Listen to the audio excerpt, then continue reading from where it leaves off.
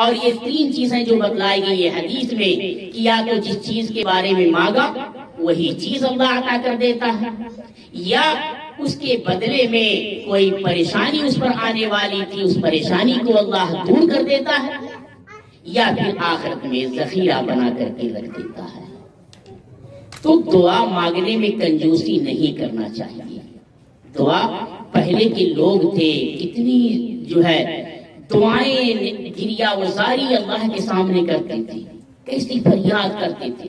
لوگ راتوں میں اٹھ کر کے اللہ کے سامنے روتے تھے، گڑگڑاتے تھے، اللہ سے دعائیں مانگتے تھے، پھر ویسے ثمرات ویسے برکات کا وہ مشاہدہ کرتے تھے۔ آج ہم سے دعائیں گویا ایک طریقے سے سلب کر لی گئی ہیں، دعا ہم مانگتے نہیں ہیں۔ دعا نہ مانگنے سے دل سخت ہوتا ہے، اور دعا مانگتے رہنے سے دل انسان کا نرم ہوتا ہے۔ دل انسان کا نرم ہوتا ہے جب دعا کثرت سے مانگنے والا بن جاتا ہے تو اس کا دل نہایت نرم ہو جاتا ہے، اور دعا جب نہیں مانگتا تو اس کا دل سخت ہونے لگتا ہے۔ تو دعاؤں کا اہتمام کرنا چاہیے۔ انسان سے گناہ ہوتے ہیں، انسان توبہ کرے، استغفار کرے۔ سب سے بہتر طریقہ یہ ہے توبہ و استغفار کا، کہ وہ بچے یاد کرتے ہیں نا نورانی قاعدہ میں، استغفر اللہ الذی لا الہ الا هو الحی القیوم واتوب الیہ۔ اس میں یہ توبہ بھی ہے اور استغفار بھی ہے۔ اگر عربی میں کسی کو نہیں آتا، اردو کہہ دے اللہ مجھ سے بہت گناہ ہوئے، تو مجھے معاف فرما دے، میں اپنے تمام گناہوں سے اللہ توبہ کرتا ہوں، آئندہ میں گناہ نہیں کروں گا۔ اردو میں کہتے، ہر شخص اپنی زبان میں کہتے۔ اللہ تو ایسا سننے والا ہے، دنیا کے اندر 6000 سے زائد زبانیں بولی جاتی ہیں، اور 6000 سے زائد زبانوں کے بولنے والے اپنی اپنی زبانوں میں اللہ کو پکارتے ہیں۔ اللہ ساری زبانوں کو بیک وقت سنتا ہے، سمجھتا ہے، اور سب کی ضرورتیں اور سب کی فریاد کو قبول کرتا ہے، سب کی ضرورتیں پوری کرتا ہے۔ ایسا وہ سننے والا ہے، ایسا وہ سننے والا ہے۔ اسی لیے اللہ کی ایک صفت السمیع ہے۔ ایسا اس کے سننے کا نرالا انداز ہے، وہ انداز مخلوقات میں سے کسی کو حاصل نہیں ہے، ایسا سننے والا ہے۔ بہت سے لوگ یہ کہہ دیتے ہیں ارے ہماری دعا کہاں قبول ہوتی ہے، تو یاد رکھیے جیسی نیت ہوگی ویسا ہی معاملہ ہوگا۔ جب بھی ہم دعا کریں تو اس یقین کے ساتھ دعا کریں کہ یقیناً میری دعا قبول ہوگی، یقیناً میری دعا قبول ہوگی۔ اس یقین کے ساتھ دعا کرنا چاہیے، اس یقین کے ساتھ دعا کرنا چاہیے کہ میری دعا ضرور قبول ہوگی۔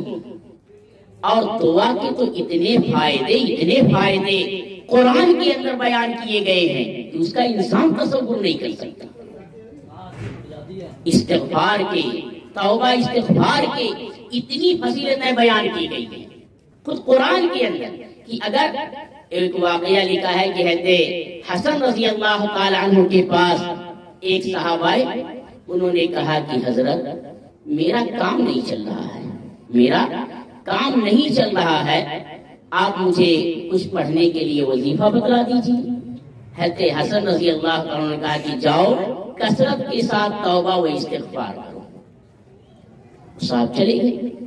تھوڑی دیر کے بعد ایک صاحب آئے، کہتے ہیں حضرت ہمارے باغات میں زیادہ پھل نہیں آتا، آپ کوئی وظیفہ بتلا دیے تاکہ ہمارے باغات میں پھل آنے لگے۔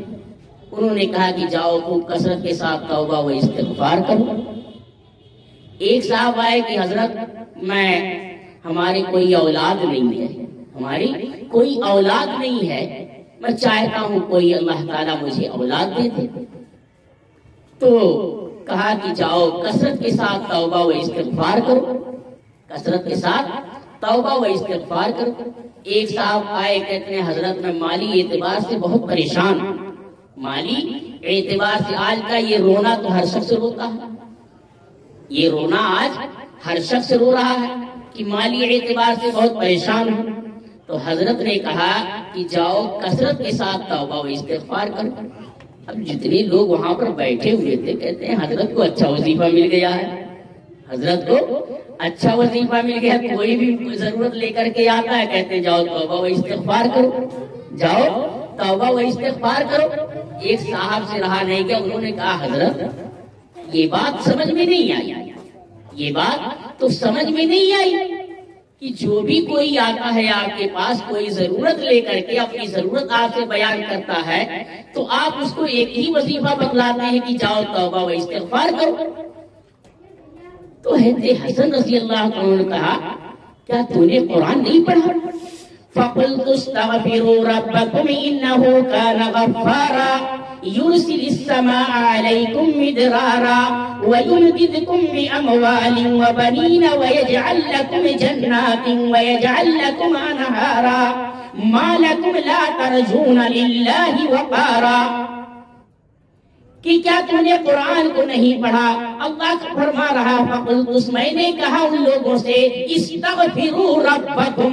نوح علیہ السلام نے اپنی قوم سے کہا تھا کہ جو اللہ نے اس جملے کو نقل کیا استغفروا ربکم, تم لوگ اپنے رب سے توبہ و استغفار کرو, تم اپنے رب سے اپنے گناہوں کی معافی مانگو, تم اپنے رب کے سامنے گڑ گڑاؤ, اپنے رب کے سامنے اپنے گناہوں کی مغفرت کی بھیک مانگو.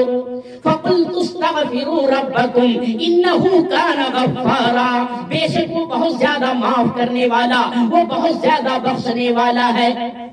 جب تم اللہ سے معافی مانگو گے پھر اللہ آسمان سے بارش کے نازل کر دے گا. یرسل السماء علیکم مدرارا, اللہ موسلا دھار بارش تم پر نازل کر دے گا. جب موسلا دھار بارش تم پر نازل ہوں گی تمہاری کھیتیاں اگیں گی, تمہارے باغات میں پھل آئیں گے, تمہاری زمین سرسبز و شاداب ہو جائے گی. یہ زمین جو آج چٹیل میدان بنی ہوئی ہے یہ سبزہ زار بن جائے گی, یہ ہریالیوں کا گلشن بن جائے گی یہ سرزمین. تو اللہ تعالیٰ نے بیان کر دیا یرسل السماء علیکم مدرارا, اللہ توبہ و استغفار کی برکت سے آسمان سے موسلا دھار بارش نازل کرے گا. یرسل السماء علیکم مدرارا ویمددکم باموال, اور اس توبہ و استغفار کی برکت سے اللہ تمہارے مال کو بڑھا دے گا, اللہ تمہارے مال کو بڑھا دے گا. وبنین, اور تمہاری نرینہ اولاد کو بڑھا دے گا, تمہاری اولاد کو بڑھا دے گا. تمہیں اولاد اگر تم صاحب اولاد نہیں ہو تو صاحب اولاد بنا دے گا, اور قلیل اولاد ہے کثیر اولاد والا بنا دے گا. کثرت کے ساتھ توبہ و استغفار کرو. وَيُمْدِدْكُمْ بِأَمْوَالٍ وَبَنِينَ وَيَجْعَلْ لَكُمْ جَنَّاتٍ وَيَجْعَلْ لَكُمْ أَنْهَارًا, اور تمہارے لیے اللہ باغات لگا دے گا اور اس میں نہریں جاری کر دے گا. یہ ہے توبہ و استغفار کی فضیلت جس کو خود قرآن نے بیان کر دیا, قرآن نے بیان کیا.